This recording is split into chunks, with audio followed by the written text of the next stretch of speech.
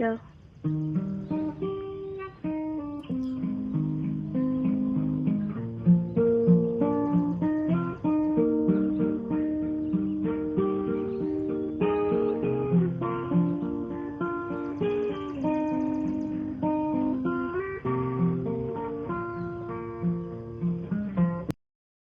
Hey guys, welcome to my channel. I'm David Byers. If you've been here before, welcome back. If you haven't been here before, I'm a wood turner and I like to take unusual pieces of wood and I'm adding epoxy resin pigmented with mica powder to accentuate the wood and create a different appearance. So the project this week, I'm going to use this bowl that measures 10.5 inches on the bottom and 12.5 inches diameter at the top. And I have this nice slab of apple wood. I just keep coming back to apple because I really do like it.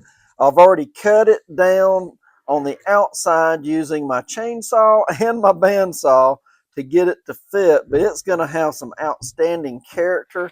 Let me go ahead and place it inside the bucket so you can see what we're looking at. Now, tell me that doesn't fill the bucket.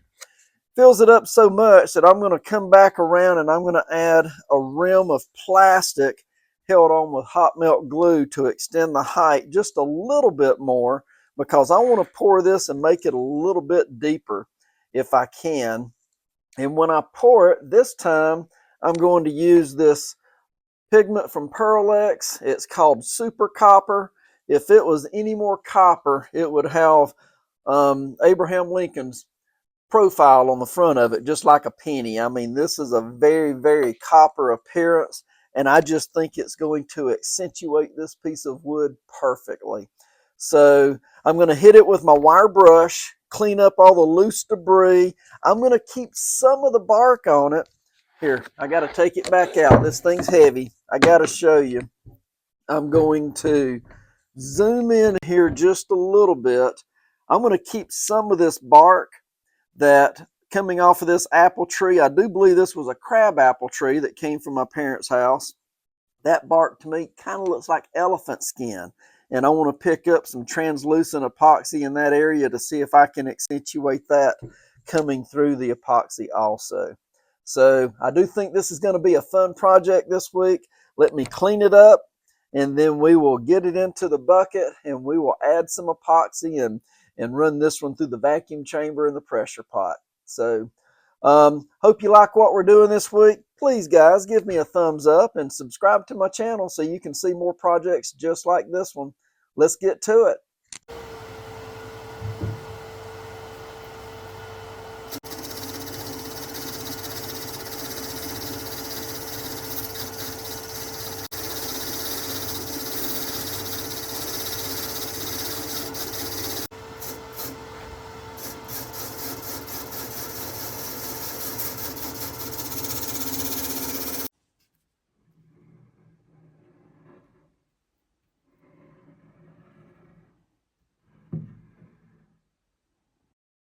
So adding this little bit more of height to this bowl, I've run plastic around. I glued the pieces of plastic together before attaching it to the bowl, and then I have basically kind of like spot welded with hot melt glue at each of these junctions. I'm going to add this last piece along the outside, and then I'm going to run a bead of hot melt glue all the way around. After I do this, I will assess it to see if there's any open areas, and then I'll probably run a second bead before I actually pour the epoxy with the wood inside the bowl, because it's always frustrating when it leaks.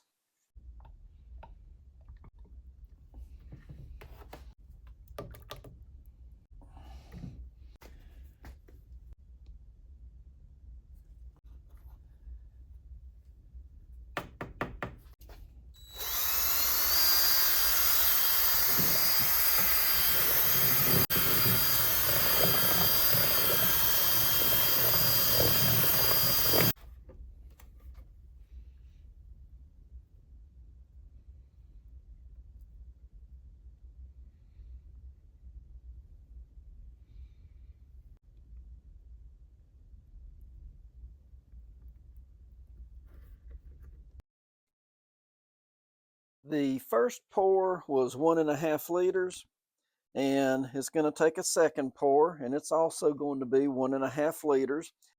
So here's the second pour going on, and that's going to be just what we need, especially as I come back and put some weights on top of it.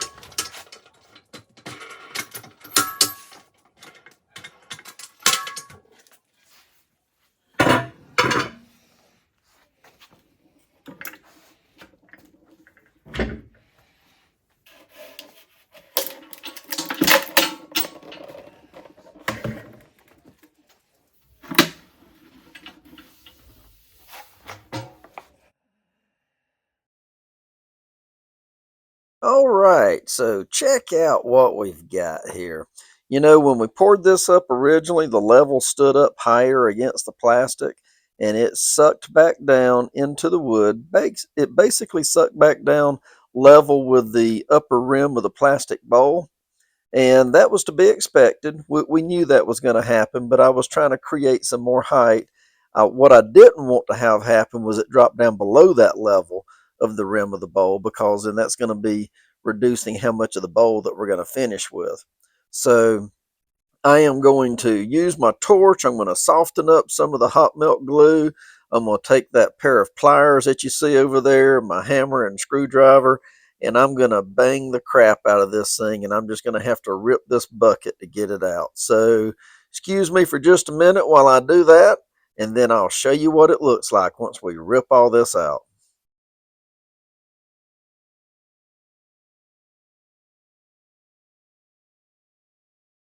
You know, this is tedious removing this plastic bucket. Maybe I could get some chipmunks to help out here in just a little bit.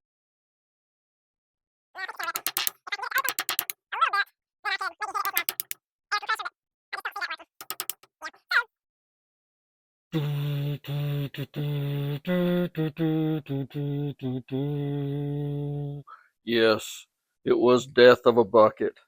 However, it gave birth to this nice creation that we're going to get to make. So, even though we lost the bucket, and it took a lot of work to get that bucket, this is going to be pretty fantastic once we get it attached. Let's do that. Let's go ahead and get a waste block on this baby and get her on the lathe and see what it's going to turn into.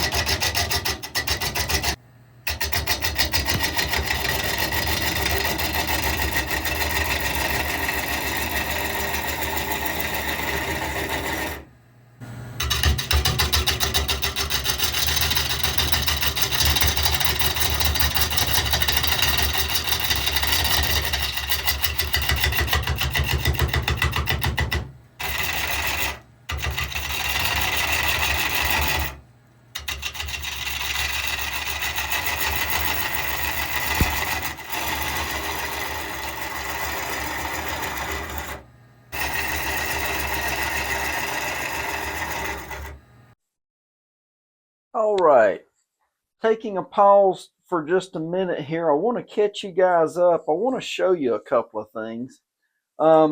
Even going through the vacuum chamber and the pressure pot, sometimes when you've got a large piece, the epoxy's not going to get into all these cracks. So I'm going to clean this up a little bit. You'll see how that it did fill in pretty well there. And on the periphery, it certainly filled in well, but it didn't fill in all these places. I'm going to switch things up here in just a little bit.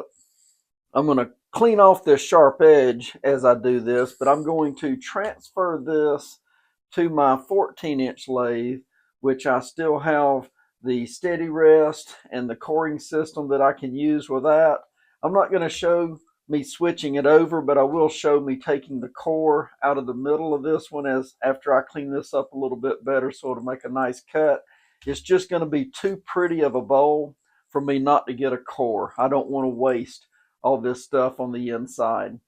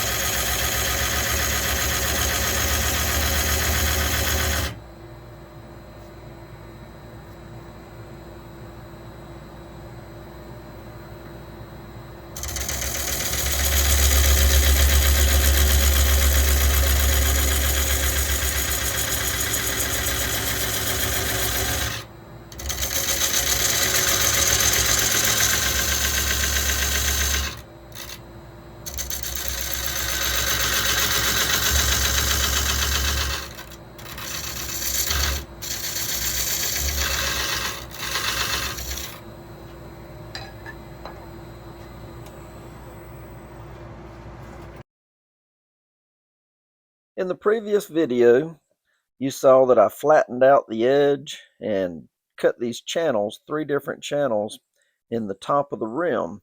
And I want to show you what I'm going to do with these channels. I'm going to place these brass shavings that I got from the machine tool department at the college where I teach. And I'm going to place these brass shavings in as an inlay.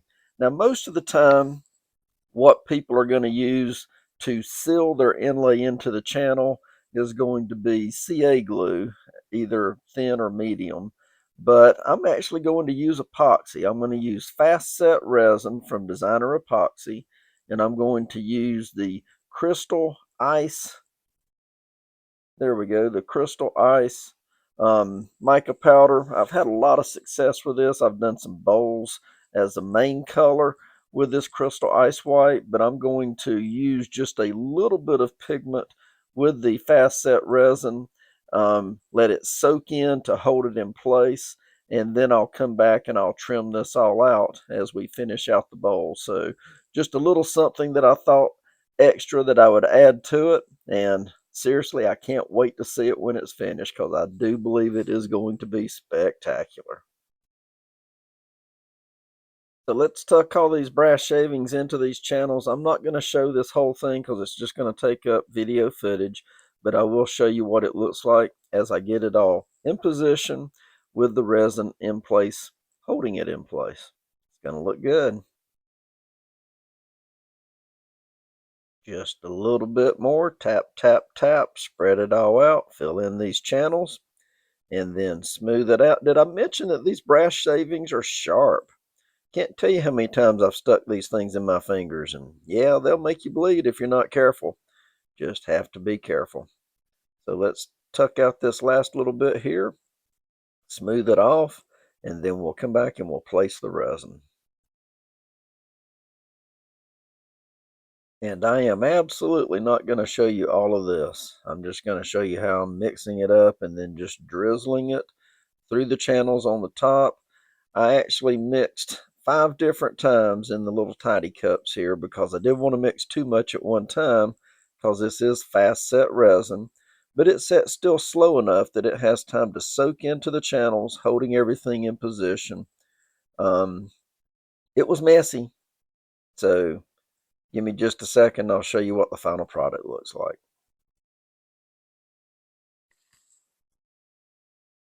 So this is what it looks like with the epoxy added to it, that crystal ice white. Once it sets, I think it's going to provide the translucency that I want. I think it's going to be gorgeous. This is some really messy stuff, but you know, it makes for a really nice finished product. So can't wait to see it.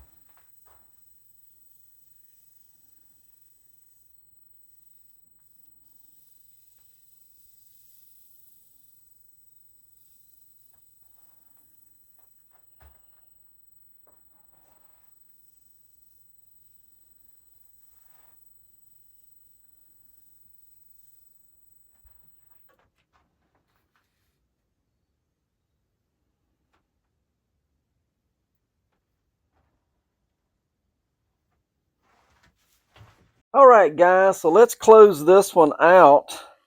This has been this has just been a lot of fun making this bowl. This one has turned and smoothed out just the way that I wanted it to. Now, I've got 2 layers of tung oil on the bottom, so it's not quite set up, and I'm going to put a 3rd layer on it also. I'm going to come back and lightly sand it just because, yeah, I know you don't see the bottom of the bowl, but if it's not good enough, I'll know it's that way, so it bothers me. So I want it to be perfectly smooth, but it's still just a little bit tacky, so I'm not going to set it down. So I'm holding it, but I want you to look at what we ended up with.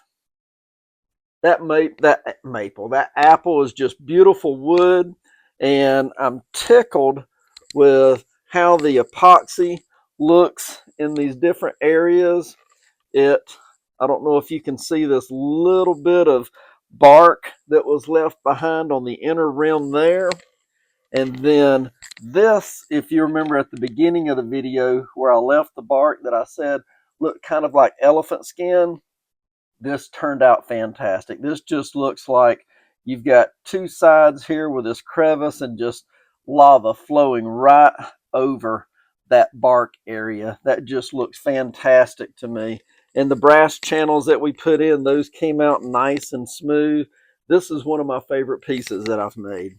The name on this one with this apple bowl, Magna Mania. I just think that just fits this bowl perfectly. So, hey guys, thank you for watching this one with me. This is a special bowl. I may just be keeping this one. Of course, I never know which ones I'm going to keep until my wife tells me. But anyway, this one was just an absolute pleasure to make. I hope that you guys enjoyed it with me. Once again, please give me a thumbs up and subscribe to my channel, and we'll see what we're going to make for the next project. Thank you again. See you guys the next time.